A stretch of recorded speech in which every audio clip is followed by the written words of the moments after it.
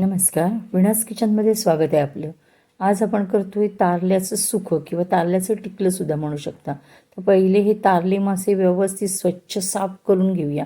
इथे वाटणामध्ये बघा आपण बेडगी मिरची घेतली, कांदा, लसूण, खोबरं, हळद, धने आणि तिरफळं हे सगळं आता आपण वाटून घेऊया.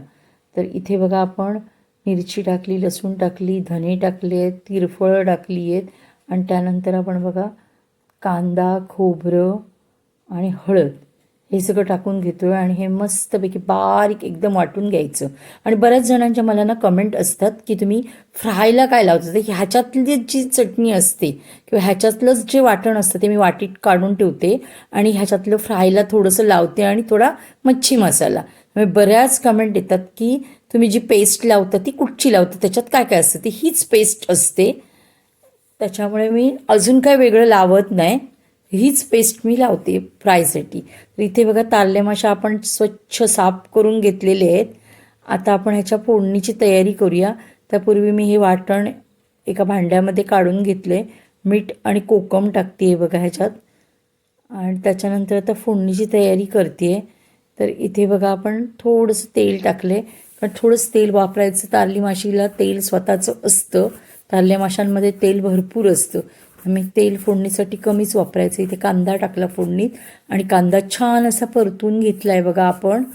आणि त्यानंतर आपण जे वाटण मीठ आणि कोकम टाकून मिक्स केलं आहे ते ओतूया. असं थोडं कोकम पाण्यात भिजलं की अजून आंबटपणा वाढतो त्याचा, म्हणून अगदी 5 मिनटं मी असं ठेवलेलं मीठ आणि कोकम टाकून त्या वाटणामध्ये आणि मग फोडणीला दिलं. तर इथे बघा जेव्हा पण आपण टिकलं करतो किंवा सुकं करतो तेव्हा पाणी कमी वापरायचं, जास्त पाणी नाही वापरायचं. जिथल्या तिथे तयार करायचे. आपण सार करतो जेव्हा तारलीचं तेव्हा आपण थोडं पातळ करतो. आता ह्याची चव अजून वाढवण्यासाठी तुमच्याकडे जर हळदीचं पान असेल तर टाका, नसेल तर नाही टाकलं तरीसुद्धा चालेल. तरीसुद्धा त्या तारले माशा चविष्टच होतात, पण असेल तर ह्याची चव अजून डबल वाढते असं म्हणेन मी. त्याच्यामुळे हळदीचं पान असेल तर टाका, किंवा जर तुमच्याकडे जेव्हा तयार होतात तेव्हा सुकवून ठेवा त्यांना आणि ते सुकं पान टाकलं तरीसुद्धा चवीला छान लागतं. म्हणजे हे टिकलं तयार होतं ते, कारण त्याच्यात पण डळ असतो. उखळल्यानंतर ह्या पानाचा वास त्या कढीला किंवा त्या टिकल्याला किंवा त्या सुक्याला येतोच येतो. तुम्ही माझ्या चॅनेलवर नवीन असाल तर माझ्या चॅनेलला लाईक, शेअर, सबस्क्राईब करायला विसरू नका. तर इथे बघा एक उकळी आल्यानंतर आपण हे तारली मासे आहेत जे ते बंद केले आहेत आणि इथे असतं तारली माशाचं सुकं आपल्या बघा किंवा टिकलं तयार झालं आहे.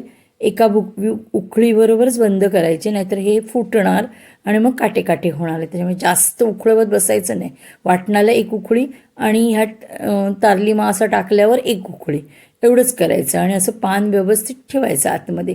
जेवताना काढून टाकायचं. धन्यवाद.